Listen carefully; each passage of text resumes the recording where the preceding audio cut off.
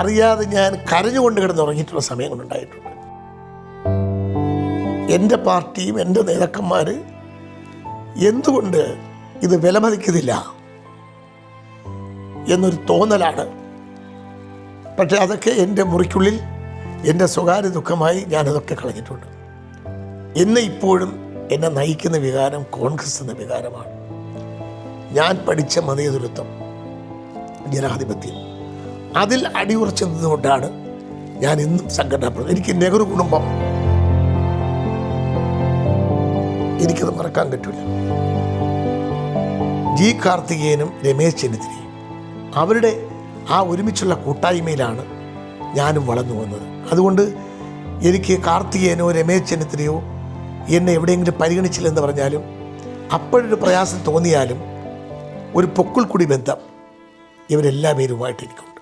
ഞാൻ ആ സമയത്ത് വിളിച്ചിട്ട് പത്മജൻ്റെ കാര്യം പത്മജയ്ക്കറിയാൻ ഞാൻ എന്തു പറയും എന്നുള്ളിടത്ത്, പത്മജയ്ക്കറിയാൻ ഞാൻ എന്തു പറയും എന്നുള്ളത്. സഹോദരങ്ങളെ പോലെ ജീവിച്ചവർ ഒരു അത് ലീഡർ തന്നെ പറഞ്ഞിട്ടുള്ള മുരളി, പത്മജ, ശരത്ത് അങ്ങനെ പറയും. അത്ര ആത്മബന്ധം ആ വീട്ടിൽ എവിടെ കയറാനുമുള്ള സ്വാതന്ത്ര്യം. ശോഭന ജോർജ് എന്ന വിപത്തിനെ ഒഴിവാക്കാൻ വേണ്ടി തന്നെ എടുത്ത സ്റ്റാൻഡാണ് അത്. എൻ്റെ സ്റ്റാൻഡ് ശരിയായിരുന്നു എന്ന് തോന്നി. പക്ഷേ സ്വാഭാവികമായി ഒരു നടപടി എടുക്കണം. ഞാൻ മത്സരിക്കുമ്പോൾ എന്നോട് ഞാൻ തുറന്ന് പറയുകയാണ്, ഒരു നേതാക്കന്മാരും എന്നെ വിളിച്ചിട്ട് ശരത്ത് മത്സരിക്കരുത്, മാറണം എന്ന് ഒരാളും പറഞ്ഞിട്ടില്ല. കാര്യം അവർക്കെല്ലാം ശോഭന ജോർജ് തോക്കണമെന്നും ഇതൊരു അപകടകാരിയാണെന്നും അവർക്കെല്ലാം മനസ്സിലുണ്ടായിരുന്നു. അതൊരു ശരിയായ നടപടിയാണോ? കാരണം പാർട്ടി ഒരു സ്ഥാനാർത്ഥിയെ നിർത്തുമ്പോൾ പാർട്ടി സ്ഥാനാർത്ഥിയെ വിജയിപ്പിക്കുകയല്ലേ വേണ്ടത്? പാർട്ടി സ്ഥാനാർത്ഥിയല്ല, DIC സ്ഥാനാർത്ഥിയായിട്ടാണ് വന്നത്. കോൺഗ്രസിൻ്റെ കൈപ്പത്തി ചിഹ്നമാണെങ്കിൽ ഒരിക്കലും ഞാൻ മത്സരിക്കില്ല. കൈപ്പത്തിയിലല്ല, DICയുടെ ഇതിലാണ് മത്സരിച്ചത്. പത്മജ ചെയ്തത് ലീഡറുടെ ആത്മാവിനോട് കാണിച്ച വഞ്ചനയാണെന്ന് ഞാൻ പറഞ്ഞിട്ടുണ്ടല്ലോ. കാര്യം ഒരിക്കലും ലീഡർ എന്ന് പറയുന്ന നേതാവ് ഒരിക്കലും ഒരു വർഗീയ പാർട്ടിയെ, കെ കരുണാകരൻ മതേതരത്തിൻ്റെ മുഖമാണ്, ഒരിക്കലും പത്മജ അങ്ങനെ ഒരു നിലപാട്, കാര്യം പത്മജ ഒരു നിലപാടെടുക്കുന്നത് ഒരിക്കലും ഞാൻ പ്രതീക്ഷയില്ല. കാരണം എന്നെ ഞെട്ടിച്ചു കളഞ്ഞു. ഞാൻ ആ സമയത്ത് വിളിച്ചിട്ട് പത്മജൻ്റെ കാര്യം പത്മജയ്ക്കറിയാൻ ഞാൻ എന്തു പറയും എന്നുള്ളിടത്ത്, പത്മജയ്ക്കറിയാൻ ഞാൻ എന്തു പറയും എന്നുള്ളത്. സഹോദരങ്ങളെ പോലെ ജീവിച്ചവർ അത് ലീഡർ തന്നെ പറഞ്ഞിട്ടുള്ള മുരളി, പത്മജ, ശരത്ത് അങ്ങനെ പറയും. അത്ര ആത്മബന്ധം ആ വീട്ടിൽ എവിടെ കയറാനുമുള്ള സ്വാതന്ത്ര്യം എല്ലാം. ഒരു 20 കൊല്ലത്തിന് എൻ്റെ അമ്മ മരിച്ചപ്പോൾ ലീഡർ വന്ന കാര്യമൊക്കെ പറയുകയാണ്. എൻ്റെ അച്ഛൻ ഇങ്ങനെ കിടന്ന് കരയായിരുന്നു. അപ്പോൾ ലീഡർ പറഞ്ഞു, ഞാനാണ് എൻ്റെ ഭാര്യ അത്രയും സ്നേഹിക്കുന്നത്, ശരത്തിൻ്റെ അച്ഛൻ്റെ കരച്ചിൽ കണ്ടപ്പോൾ ഞാൻ പതറിപ്പോയി എന്ന് പറഞ്ഞു. ആ അച്ഛനല്ലേ മരിച്ചതെന്ന് കാര്യം ചോദിച്ചു. എന്നിട്ട് ലീഡർ അവസാനം ചോദിച്ചു, ആ താമസിക്കുന്ന വീട് എത്ര സെൻറ്റ് ഉണ്ടെന്ന് ചോദിച്ചു. അതിൻ്റെ അർത്ഥത്തിൻ്റെ ആദ്യം എനിക്ക് മനസ്സിലായില്ല. ഞാൻ പറഞ്ഞു, ലീഡറെ എൻ്റെ ഹൗസ് ഓണർ മോളിൽ താമസിക്കുന്നവർ ഞാൻ വിളിച്ചു ചോദിക്കാമെന്ന് പറഞ്ഞ് ഫോൺ എടുത്തു. അല്ലല്ല വിളിക്കട്ട, നിൻ്റെ സ്വന്തക്കാരും ബന്ധുക്കളും കൂട്ടുകാരും തന്നെ ഇവിടെ വന്ന് അത് 40 സെൻറ്റ് സ്ഥലമുണ്ടെന്നും നീ വാങ്ങിച്ച വീടാണെന്നും ഒക്കെ എൻ്റെ അടുത്ത് വന്ന് പറഞ്ഞത്. നിങ്ങളെ തമ്മിൽ തെറ്റി അല്ല. അപ്പോൾ ലീഡർ അപ്പം ഞാൻ അങ്ങനെ വായിച്ചിട്ടുണ്ടെങ്കിൽ ഞാൻ ശരീരത്തിൽ കുറ്റപ്പെടുത്തുകയല്ല. എല്ലാവരും ഒക്കെ എന്നെ വെച്ചുണ്ടാക്കിയിട്ടുണ്ട്. അത് ഞാൻ ചോദിച്ചെന്നുള്ളത്. ഞാൻ ലീഡർ പലപ്പോഴും എൻ്റെ നാഭിയിൽ ജീവൻ ഉള്ളിടത്തോളം കാലം, എൻ്റെ ഈ ശ്വാസം നിൽക്കുന്നത് വരെയും ലീഡർ എൻ്റെ അച്ഛനെയും അമ്മയും തുല്യമായി, അതിനേക്കാൾ എന്ന് ഞാൻ പറയില്ല. കാര്യം എൻ്റെ അച്ഛനും അമ്മയേക്കാൾ സ്നേഹമാണ് എനിക്ക് ലീഡറെന്ന് പറഞ്ഞാൽ എന്നെ ഈ ഭൂമിയിൽ വരാൻ കാരണഭൂതരായ ആളുകളെ ഞാൻ തള്ളിപ്പറയുന്നില്ല. എൻ്റെ അച്ഛനും അമ്മയും ലീഡറും എനിക്ക് അത്രത്തോളം എൻ്റെ ജീവിതത്തിൻ്റെ വഴികാട്ടിയാണ്. എനിക്ക് ഒരുപക്ഷെ ചിലപ്പോൾ ലീഡർ ജീവിച്ചിരുന്നെങ്കിൽ എനിക്ക് വേണ്ടി അവസാനം ഒരു വാക്ക് പറയാൻ ലീഡർ ഉണ്ടാകുമായിരുന്നു. ഇവിടെ ലീഡർക്ക് എന്നെ സഹായിക്കാൻ കഴിയുന്ന ചില ഘട്ടങ്ങളിലൊക്കെ ചില കുടുംബ ബന്ധങ്ങളുടെ അടിസ്ഥാനത്തിൽ ലീഡർക്കും ചില സമയത്ത് എന്നെ സഹായിക്കാൻ കഴിയാതെ വന്നിട്ടുണ്ട്. എന്നെ യൂത്ത് കോൺഗ്രസ് പ്രസിഡൻ്റ് ആക്കാൻ വേണ്ടി ലീഡർ എഴുതി കൊടുത്ത് ഒക്കെ വന്നതാണ്. പക്ഷേ അവിടെ നിന്ന് അതിൽ നിന്ന് ഞാൻ തട്ടിപ്പോയി. എന്നെ പാർലമെൻറ്റിൽ എന്നെ സ്ഥാനാർത്ഥിയാക്കുന്ന കാര്യത്തിലടക്കം എല്ലാം അസംബ്ലി തെരഞ്ഞെടുപ്പുകളിൽ എന്നെപ്പോലൊരു രാഷ്ട്രീയ പ്രവർത്തകൻ എന്നെപ്പോലൊരു രാഷ്ട്രീയ പ്രവർത്തകൻ ഒരു 5-6 തവണ MLA ആകേണ്ട അവസരം ഉണ്ടായിരുന്നു. എൻ്റെ സ്വന്തം മണ്ഡലമാണ് ഈ തിരുവനന്തപുരം അസംബ്ലി മണ്ഡലം. ഏറ്റവും സീനിയർ നേതാവാണ് എൻ്റെ തിരുവനന്തപുരം അസംബ്ലി മണ്ഡലം, എൻ്റെ സ്വന്തം മണ്ഡലം. ഞാൻ ആദ്യമായി വെള്ളയടിച്ച് കൈപ്പത്തി ചിഹ്നം എൻ്റെ കൈ കൊണ്ട് ഞാൻ പ്രീ ഡിഗ്രി വിദ്യാർത്ഥിയായിരിക്കുമ്പോൾ വരച്ച മണ്ഡലമാണ് ഈ തിരുവനന്തപുരം മണ്ഡലം. ഇവിടെയാണ് ഞാൻ കോൺഗ്രസിൻ്റെ വാർഡ് പ്രസിഡൻ്റായിരുന്നത്. ഇവിടെയാണ് 91 തെരഞ്ഞെടുപ്പിൽ ഞാൻ എലക്റ്റഡ് KPCC മെമ്പറായത്. ഞാനും ചെറിയാമ്പലിപ്പും തമ്മിലാണ് മത്സരിച്ചത്. ഞാൻ ചെറിയാമ്പലിപ്പിനെ തോൽപ്പിച്ച് ഞാൻ KPC മെമ്പറായി. ആ എൻ്റെ മണ്ഡലത്തിൽ എന്നെ മത്സരിപ്പിച്ചില്ല. പകരം ശിവകുമാറിനെയാണ് ഇവിടെ മത്സരിപ്പിച്ചത്. മീഡിയാസ് പോലും തിരിച്ചറിയാത്ത ഒരു കാര്യമുണ്ട്. ഈ കഴിഞ്ഞ തവണ KPCC പ്രസിഡന്റിന് തെരഞ്ഞെടുപ്പ് ഡൽഹിയിൽ അതിവലിയ ചർച്ചകൾ നടക്കുന്നു. ഈ ചർച്ചകൾക്കിടയിൽ ആദ്യം ഉയർന്നു വന്ന ഒരു പേരായിരുന്നു KPCC പ്രസിഡൻ്റായിട്ട് ശരത്ചന്ദ്ര പ്രസാദ് വരട്ടെയെന്ന്. അത് ശരിയാണോ? ഇങ്ങനൊരു വാർത്ത ഞങ്ങൾ കേട്ടിട്ടുണ്ട്. സണ്ണി ജോസഫ് പ്രസിഡൻ്റായി വന്നിരിക്കുന്ന സമയത്ത് ഞാനൊരു പോസ്റ്റ്മോർട്ടത്തിലേക്ക് പോകുന്നത് ശരിയല്ല. പക്ഷേ എന്നെ KPC പ്രസിഡൻ്റാക്കുക. കാര്യം എൻ്റെ ഒരു track record 10-31 കൊല്ലക്കാലം KPC ഭാരവാഹിയായിരുന്നു, KSU പ്രസിഡൻ്റായിരുന്നു, MLA ആയിരുന്നു. കേരളം ഒട്ടാകെ പേര് പറഞ്ഞാൽ അറിയുന്ന ഒരാളാണ്. AICC മെമ്പറായിരുന്നു. എല്ലാവർക്കും എന്നെ അറിയാം. നിലവിലുള്ള കോൺഗ്രസ് നേതാക്കന്മാരിൽ രമേശ് ചെന്നിത്തലയോ അതുപോലുള്ള MMSനെയൊക്കെ പോലുള്ള ആളുകളെയൊക്കെ, KC ജോസഫിനെ പോലുള്ള ആളുകളെയൊക്കെ മാറ്റി നിർത്തിയാൽ ഇപ്പോൾ ബെന്നി ബെഹനാനെ അത് പറയാം. ബെന്നി ബെഹനാൻ നമ്മളെക്കാട്ടും മുമ്പിൽ KSU പ്രസിഡൻറ്റും യൂത്ത് കോൺഗ്രസ് പ്രസിഡൻറ്റും യോഗ്യത ആളുകളാണ്. അവരെയൊക്കെ മാറ്റി നിർത്തിയാൽ അങ്ങനെ ബാക്കിയുള്ള നേതാക്കന്മാർ ഉണ്ടായിരുന്ന ആളുകളൊക്കെ മരിച്ചുപോയി. നിലവിലുള്ള സീനിയോറിറ്റിയിൽ ഇപ്പോൾ രമേശ് KPC പ്രസിഡൻ്റ് ആയിരുന്നു, ഇതൊക്കെയായി. ബാക്കി ഈ സ്ഥാനങ്ങളിലേക്ക് വരാൻ യോഗ്യതയുള്ളവരാണ്. ഒരു നേതാവ് എനിക്ക് യോഗ്യതയില്ലെന്ന് പറഞ്ഞില്ല. അപ്പം ഞാൻ ഒരിക്കൽ ഒന്ന് രണ്ട് നേതാക്കന്മാരോട് ചോദിച്ചു, ഈ CPMകാരെല്ലാം കൂടെ വെട്ടിയൊരു പരുവമാക്കി എനിക്ക് നടക്കാനൊരു പ്രയാസമുണ്ട്, ഇനി അത് ഇതിനകത്തൊരു ന്യൂനതയാണോ എന്ന് ഞാൻ ചോദിച്ചു. CPMകാരനെ ആക്രമിച്ചില്ലെങ്കിൽ എനിക്ക് എൻ്റെ നടത്തത്തിനും ജീവിതത്തിനും എനിക്കൊരു കുഴപ്പമില്ല. ഞാൻ ആരെക്കാട്ടിലും മുമ്പ് നിൽക്കുന്ന ഒരുത്തനായിരുന്നു. പക്ഷേ അതാണോ ഇനി കുഴപ്പം? പിന്നെ എൻ്റെ കയ്യിൽ പണമില്ലാത്തതാണോ എൻ്റെ കുഴപ്പമെന്ന് ചോദിച്ചു. ശരത്ത് അങ്ങനെ ചോദിക്കും. ഞാൻ പിന്നെ അങ്ങ് നിർത്തി. കാര്യം ഇതൊന്നും പണം കൊടുത്ത് വാങ്ങിക്കേണ്ട സാധനമല്ലല്ലോ ഇത്. പക്ഷേ ചില സമയത്ത് നേതാക്കൾ പറയും, ശരത്തെല്ലാം കടമാണ്, എല്ലാം വിറ്റ്, എല്ലാം തീർന്നു എന്ന് പറയുന്നത് ഒരു ഡിസ്ക്വാളിഫിക്കേഷൻ ആയിപ്പോയെന്ന് ചിലപ്പോൾ എനിക്ക് തോന്നിയിട്ടുണ്ട്. എൻ്റെ പാർലമെൻറ്റ് അസംബ്ലി തെരഞ്ഞെടുപ്പുകളിൽ 35-33% സ്ത്രീ സംവരണം കൊടുക്കണമെന്ന് പറഞ്ഞാൽ അതും വരും. സ്ത്രീകളും വരണം. ഇത് പുരുഷന്മാരുടെ മാത്രം ആധിപത്യമെന്ന് പറഞ്ഞിട്ട് കാര്യമില്ല.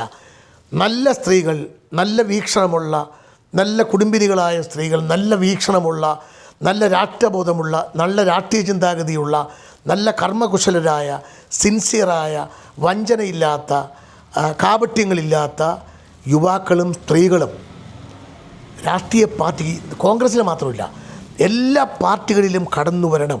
ഉഡായിപ്പുകൾ കാണിക്കാത്ത യുവജന വിദ്യാർത്ഥി വനിതാ രംഗത്തെ പ്രവർത്തകർ കൂടുതൽ വരണം. ഊർജ്ജസ്വലതയോടുകൂടി കടന്നു വരണം. അവർക്ക് കമ്മിറ്റ്മെൻ്റ് ഉണ്ടാകണം, ആത്മാർത്ഥത ഉണ്ടാകണം.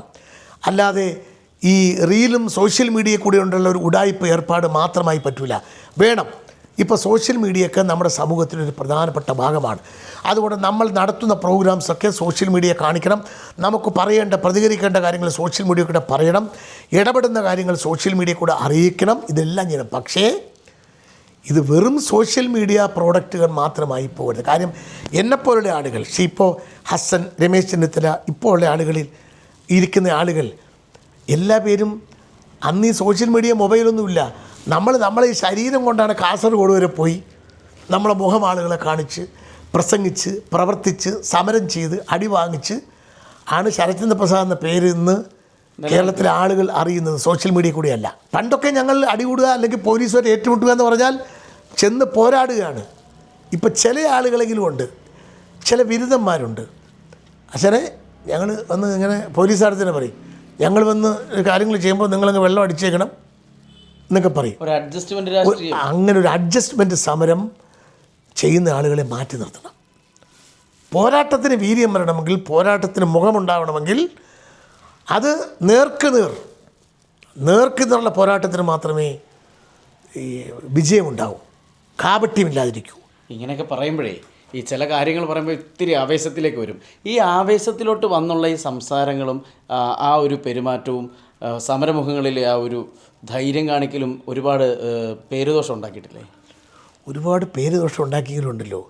എനിക്ക് കള്ളത്തരം കാണിക്കാൻ പറ്റില്ല.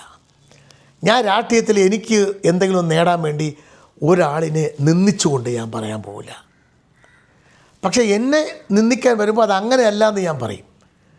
ഞാൻ ഒരാളിനെയും കാപട്യത്തിൻ്റെ മാർഗത്തിൽ കൂടി തള്ളിയിട്ടിട്ട് ഞാൻ എൻ്റെ സ്വാർത്ഥ ലാഭത്തിന് വേണ്ടി ഞാൻ ഒരിക്കലും ഒന്നും ചെയ്തില്ല. നാളെയും അങ്ങനെ ചെയ്യില്ല. എൻ്റെ വിധി ഇതാണെങ്കിൽ ഞാൻ അനുഭവിക്കില്ല, വേറെ മാർഗമില്ല. ഒരുപാട് കാലങ്ങളായി ചിലപ്പോഴൊക്കെ രാത്രി ഇങ്ങനെ ഒറ്റയ്ക്കിങ്ങനെ ഇരിക്കുമ്പോൾ കിടക്കുമ്പോൾ ഞാൻ ആലോചിച്ചത് ചിലപ്പോൾ അറിയാതെ ഞാൻ കരഞ്ഞുകൊണ്ട് കിടന്നുറങ്ങിയിട്ടുള്ള സമയങ്ങളുണ്ടായിട്ടുണ്ട്. അതെനിക്ക് എൻ്റെ പാർട്ടിയും എൻ്റെ നേതാക്കന്മാർ എന്തുകൊണ്ട് ഇത് വിലമതിക്കുന്നില്ല എന്നൊരു തോന്നലാണ്. പക്ഷേ അതൊക്കെ എൻ്റെ മുറിക്കുള്ളിൽ എൻ്റെ സ്വകാര്യ ദുഃഖമായി ഞാനതൊക്കെ കളഞ്ഞിട്ടുണ്ട്. പക്ഷേ എന്നെ ഇപ്പോഴും എന്നെ നയിക്കുന്ന വികാരം കോൺഗ്രസ് എന്ന വികാരമാണ്.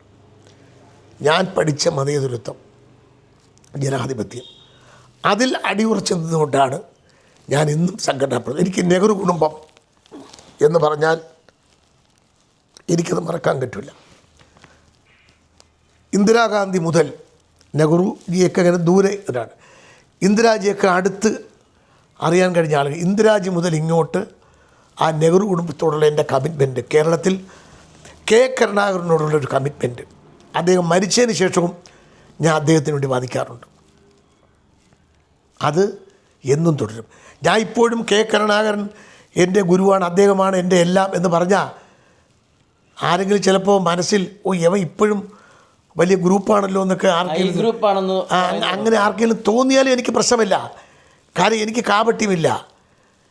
എൻ്റെ അച്ഛനും അമ്മയ്ക്ക് സൗന്ദര്യം കുറയുമ്പോൾ അപ്പുറത്തുള്ള സൗന്ദര്യമുള്ള ആളിനെ ഞാൻ അച്ഛൻ അമ്മ എന്ന് വിളിക്കില്ല. എൻ്റെ അച്ഛനും അമ്മയും എത്ര പ്രായം കൂടിപ്പോയാലും സൗന്ദര്യം പോയാലും എന്നെ ഈ ഭൂമിയിൽ ഞാൻ ഭൂജാതനാകാൻ കാരണക്കാരായ ആളുകളാണ്. ഞാനെന്ന രാഷ്ട്രീയക്കാരൻ ഈ ഭൂമിയിൽ പാദമുറപ്പിച്ചത് കെ കരുണാകരൻ എന്ന രാഷ്ട്രീയ ഗുരുവിനെ വെച്ചിട്ടാണ്. അദ്ദേഹത്തിന് ചിലപ്പോൾ എന്നെ സഹായിക്കാൻ പറ്റാത്ത അവസരങ്ങൾ ഉണ്ടായിട്ടുണ്ട്. ഞാൻ അത് ഉൾക്കൊള്ളുന്നയാളാണ്. അതുകൊണ്ട് എനിക്ക് എന്ത് ലാഭനഷ്ടങ്ങളുണ്ടായാലും ഇന്ദിരാഗാന്ധിയും രാജീവ് ഗാന്ധിയും കെ കരുണാകരനും ഒക്കെ എനിക്ക് മറക്കാൻ കഴിയാത്ത ആളുകളാണ്. അതിൻ്റെ കൂട്ടത്തിൽ മരിച്ചുപോയ എം ജേക്കബ് സാറിനെ ഞാൻ ഒരിക്കലും മറക്കില്ല. മുൻ ഗവർണറായിരുന്ന അദ്ദേഹം, ഞാൻ എപ്പോൾ ആശുപത്രിയിലായാലും ഒരു 50 പ്രാവശ്യമെങ്കിലും അദ്ദേഹം ആശുപത്രി കിടക്കയിൽ തലയണക്കടിയിൽ ഒരു പൊതി കൊണ്ട് വെച്ചിട്ട് പോകും, പൈസ മരുന്ന് വാങ്ങിക്കാൻ, കൂടെ ഇരിക്കുന്ന പ്രവർത്തകർക്ക് ഭക്ഷണം മേടിച്ചു കൊടുക്കാൻ. എം ജേക്കബ് സാറിനെ എനിക്ക് ഒരിക്കലും മറക്കാൻ കഴിയുന്ന ആളല്ല. ഞാൻ പറഞ്ഞില്ലേ, ലീഡറുടെ കീഴിൽ ജി കാർത്തികേയനും രമേശ് ചെന്നിത്തലയും അവരുടെ ആ ഒരുമിച്ചുള്ള കൂട്ടായ്മയിലാണ് ഞാനും വളർന്നു വന്നത്. അതുകൊണ്ട് എനിക്ക് കാർത്തികേയനോ രമേശ് ചെന്നിത്തലയോ എന്നെ എവിടെയെങ്കിലും പരിഗണിച്ചില്ലെന്ന് പറഞ്ഞാലും അപ്പോഴൊരു പ്രയാസം തോന്നിയാലും ഒരു പൊക്കിൾക്കുടി ബന്ധം ഇവരെല്ലാ പേരുമായിട്ട് എനിക്കുണ്ട്. ആ ബന്ധം ആ കാലഘട്ടത്തിലുണ്ടായിരുന്ന വി ഡി സതീശനടക്കമുള്ള കോൺഗ്രസ് നേതാക്കന്മാർ, പന്തൾ സുധാകരൻ അടക്കമുള്ള കോൺഗ്രസ് നേതാക്കന്മാർ, ഇപ്പോൾ സുഖമില്ലാതെ നടക്കുന്ന ഹിദർ മുഹമ്മദ് അടക്കമുള്ള കോൺഗ്രസ് നേതാക്കന്മാർ, കെ സി വേണുഗോപാൽ അടക്കമുള്ള ആ കാലഘട്ടത്തിലുണ്ടായിരുന്ന എന്നോടൊപ്പം ഉണ്ടായിരുന്ന കെ എസ് യു നേതാക്കന്മാർ, ഇന്ന് കേരളത്തിൽ ഇപ്പോൾ കെ പി സിയിലൊക്കെ ഇരിക്കുന്ന ഒരുപാട് പേരുണ്ട്. അവരെയൊക്കെ കാണുമ്പോൾ ഏത് ഗ്രൂപ്പിൽ നിന്നവരാണെങ്കിലും ഇപ്പോഴും അവരെയൊക്കെ കാണുമ്പോൾ പഴയ ഒരു സ്നേഹം. പണ്ടത്തെ കെ എസ് യു ഞങ്ങൾക്കൊരു കുടുംബ ബന്ധമായിരുന്നു, ഇപ്പോഴൊന്നും അതില്ല. ആ കുടുംബ ബന്ധം അതാണ് ഞങ്ങളെയൊക്കെ മുമ്പോട്ട് നയിച്ചിട്ടുള്ള വികാരം എന്ന് പറയുന്നത്. കേരളത്തിൽ ഇന്ന് പൊതുപ്രവർത്തനം നടത്തുന്ന ജീവിച്ചിരിക്കുന്നവരിൽ കോൺഗ്രസ്സുകാരിൽ ഏറ്റവും മുതിർന്ന ഒരു പ്രവർത്തനം തന്നെയാണ് ശ്രീ അഡ്വക്കേറ്റ് ശരത്ചന്ദ്ര പ്രസാദ്. അദ്ദേഹം കനൽ വഴികൾ താണ്ടി വന്ന ഒരു പൊതുപ്രവർത്തകനാണ്. വിദ്യാർത്ഥി രാഷ്ട്രീയ കാലം മുതൽ ഇന്നുവരെയും പോരാട്ടങ്ങളുടെ വഴിയിൽ തന്നെയാണ് അദ്ദേഹം തുടരുന്നത്. എല്ലാവിധ ഭാവങ്ങളും.